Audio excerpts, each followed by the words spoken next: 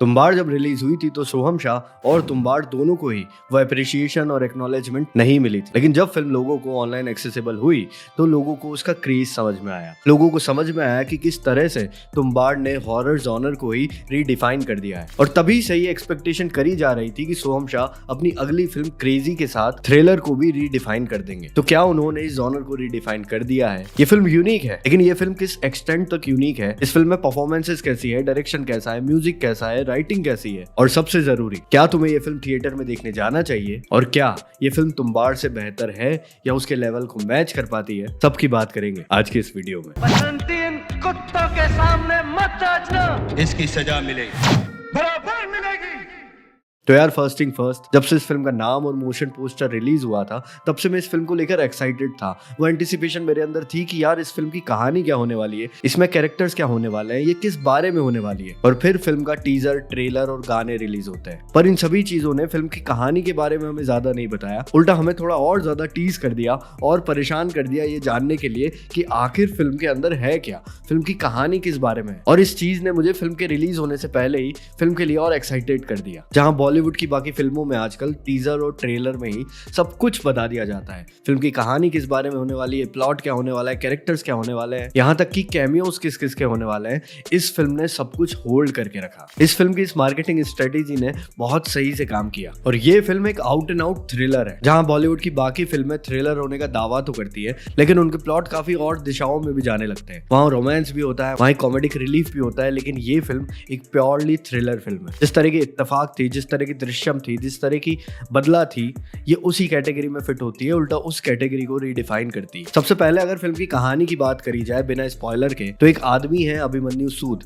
जो कि पेशे से एक डॉक्टर है और एक सर्जन है, और वो एक बहुत अजीब सिचुएशन में फंसा हुआ है, जिससे अगर वो सही वक्त पर नहीं निकला तो हो सकता है कि उसका कैरियर और उसके पैसे तो जाए ही जाए, यहाँ तक कि उसे जेल भी हो सकती है। और उसी सेम टाइम पर एक उससे भी बड़ी सिचुएशन उसके सामने आ जाती है, जहां पर उसकी बेटी किडनैप हो चुकी है। अब उसे ये पता लगाना है कि वो सच में किडनैप हुई है, नहीं हुई है, काफी सारे सवाल उसके सामने आते हैं, और वो एक चक्रव्यूह में धंसता चला जाता है। उसका नाम भी अभिमन्यु एक मेटाफर की तरह इस्तेमाल किया गया है, जैसे कि महाभारत में अभिमन्यु एक चक्रव्यूह में फंस जाते हैं, यहाँ पर भी अभिमन्यु सूद एक चक्रव्यूह में फंस चुका है। फिल्म एक भी सेकंड जाया किए बगैर अपने मुद्दे पर जंप कर जाती है, और ये इस फिल्म की सबसे खास बात है, क्योंकि फिल्म का रन टाइम सिर्फ 1.5 घंटे का है, तो फिल्म कहीं पर भी अपने मुद्दे से डिरेल होती ही नहीं है। और मैं क्यों इस फिल्म को यूनिक बोल रहा हूँ बार बार, इसके काफी सारे कारण है मेरे पास। सबसे पहला तो ये कि इतना लिमिटेड बजट, इतने लिमिटेड लोकेशंस, एक्टर्स के साथ भी उन्होंने इतनी ग्रिपिंग और एंगेजिंग फिल्म बना डाली। लिटरली फिल्म के 80 से 90% तक सिर्फ एक एक्टर आपको दिखाई देंगे, और वो है सोहम शाह। बाकी सारे एक्टर्स फोन कॉल्स के थ्रू उनसे कनेक्टेड है। आपको बाकी सारे एक्टर्स की सिर्फ आवाजें सुनाई देगी। जहां इस फिल्म के 90% सीन्स में सिर्फ अभिमन्यु दिखाई दे रहा है, वहीं 70% सीन्स में वो सिर्फ कार के अंदर बैठा हुआ है। उसके बावजूद ये फिल्म आपको होल्ड करके रखती है, और ये हुआ है फिल्म के डायरेक्शन की वजह से, परफॉर्मेंसेस की वजह से और राइटिंग की वजह से। इसकी राइटिंग इतनी ज्यादा स्मार्ट है कि कुछ सीन्स में जहां वो कंफ्यूजन, जहां वो एंजाइटी, जहां वो सफोकेशन वो कैरेक्टर, अभिमन्यु का कैरेक्टर फील कर रहा है, वो आप तक डिलीवर हो जाता है। जैसे कि बिना स्पॉइलर के मैं आपको एक और एग्जांपल देता हूं कि एक सीन में अभिमन्यु की गाड़ी पंचर हो चुकी है और वो पंचर ठीक कर रहा है। उसी वक्त उसे किडनैपर के साथ भी फोन पर कोऑर्डिनेट करना है, और उसी वक्त उसे उसकी हॉस्पिटल में हो रही एक सर्जरी भी सही से करवानी है वीडियो कॉल के थ्रू। उस पर्टिकुलर सीन में हमें स्क्रीन पे सिर्फ अभिमन्यु दिखाई दे रहा है, लेकिन वो सबसे फोन पे कनेक्टेड है। उसके बावजूद वो एंजाइटी, वो कंफ्यूजन आपके अंदर भी पैदा होता है। जहाँ फिल्म फर्स्ट हाफ में काफी ज्यादा एंगेजिंग तो फील होती है, लेकिन उतनी ज्यादा इंटेंस नहीं फील होती है। तो मेरे दिमाग में कुछ सेकंड थॉट्स भी आने लगे थे कि क्या ये फिल्म सही डायरेक्शन में जा रही है, ये कहाँ तक जा पाएगी। लेकिन जब इस फिल्म का सेकंड हाफ शुरू होता है, एंगेजिंग होने की वजह से ही वो इंटेंस भी होना शुरू कर देती है आपके लिए। आपको फिल्म शुरू से ही कुछ हिंट्स देती रहती है, फोरशैडोइंग आपके सामने करती रहती है, और आप भी चीजें प्रेडिक्ट करने लगते हो, कैलकुलेट करने लगते हो अभिमन्यु के साथ। लेकिन जो भी आप कैलकुलेट कर रहे हो, प्रेडिक्ट कर रहे हो, वैसा कुछ भी नहीं होता। जो भी चीज आप सोचते हो, अज्यूम करते हो कि ये शायद अब होगा, फिल्म उसे सिरे से नकार देती है। इस वजह से एक वक्त ऐसा आता है कि आप और ज्यादा एक्साइटेड हो जाते हो और ज्यादा क्यूरियस हो जाते हो कि भाई आखिर फिर सच है क्या, मैंने तो सब कुछ सोच के देख लिया, वो सब नहीं हो रहा है तो आखिर सच है क्या। और यही इस फिल्म की स्मार्ट राइटिंग का एक नमूना है। फिल्म के सारे कैरेक्टर्स शेडी है। अभिमन्यु का भी जो कैरेक्टर है वो भी काफी ग्रे शेड का कैरेक्टर है। वो एक आइडियल दुनिया में, एक आइडियल सिचुएशन में एक आइडियल इंसान नहीं है। वो एक आइडियल डॉक्टर नहीं है।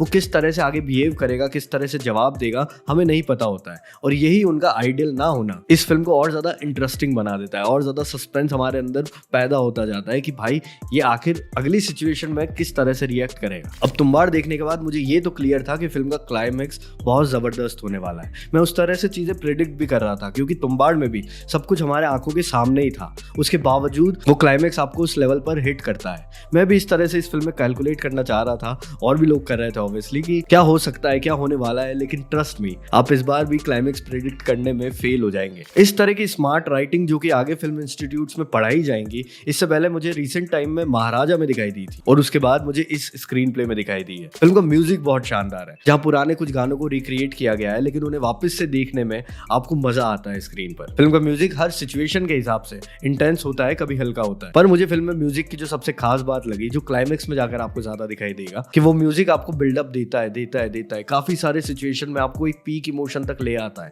एक बिल्डअप पूरी तरह से दे देता है, और फिर वहां पर आपका साथ छोड़ देता है।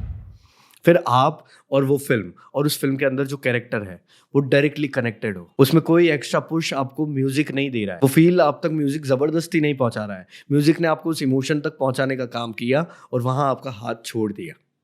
अब सिर्फ आप हो और वो फिल्म है, उसके अलावा आप सब भूल जाते हो। और यही स्मार्ट एडिटिंग और स्मार्ट डायरेक्शन का नमूना देखकर आपको बड़ा मजा आएगा। तो अब देखो यार, इस फिल्म को तुम्बाड़ से कंपेयर करना तो मुझे लगता है कि बेवकूफ़ी होगी, क्योंकि तुम्बाड़ अपने एक जॉनर की फिल्म है, वो एक हॉरर जॉनर में फिट होती है और उसे रिडिफाइन करती है। ये फिल्म एक थ्रिलर है और ये थ्रिलर को रिडिफाइन करती है। तो इन दोनों को कंपेयर करना तो बेवकूफ़ी होगी। और तुम इस तरह के इंसान हो जो कि थिएटर में सिर्फ मसाला फिल्में देखना पसंद करता है, जहां पर उसे खुद का दिमाग लगाना पसंद नहीं, तो शायद तुम थिएटर में जाके इस फिल्म को एंजॉय ना भी करो। पर अगर तुम उस तरह के इंसान हो जिसे थ्रिलर बहुत पसंद है, जिसे पसंद है कि वो फिल्म के अंदर अपना दिमाग इस्तेमाल करे, जिसे पसंद है कि फिल्म उसे थोड़ा थोड़ा टीज करते रहे, तो भाई ये फिल्म तुम्हारे लिए है। तुम्हें फिल्म देखनी चाहिए और सपोर्ट करनी चाहिए। सपोर्ट इसलिए कि अगर हम इस तरह की फिल्मों को थोड़ा और सपोर्ट करेंगे तो इस तरह की फिल्में बनाने के लिए मेकर्स मजबूर होंगे। सोहम शाह जैसे फिल्म मेकर्स, सोहम शाह जैसे विजन वाले लोग आगे आ पाएंगे, और हमें इस तरह की फिल्में बॉलीवुड में और देखने को मिलेगी। तो कुल मिलाकर ये था मेरा क्रेजी का रिव्यू। हमें कमेंट सेक्शन में बताना कि तुम्हें ये फिल्म देखने जाना है या नहीं जाना है, या तुमने देख ली है तो तुम्हें फिल्म कैसी लगी है। मिलते हैं अगली वीडियो में।